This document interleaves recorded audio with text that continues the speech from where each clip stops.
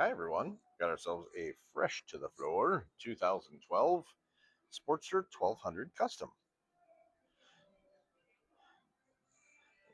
1200 Customs had the mid-glide front end on them, so you got the bigger front tire on there as well. It's got some LED headlight, LED turn signals. Bars look like they were a little bit raised up, but it looks like for more ergonomical position. Like I said, 1200cc motor. Does have the sundowner seat on there. Nice set of grips.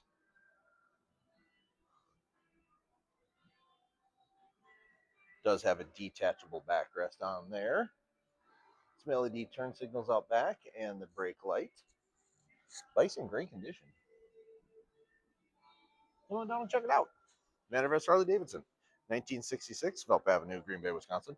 If you have any questions about the bike or would like to schedule an appointment to come and see it, give us a call at 920-498-8822.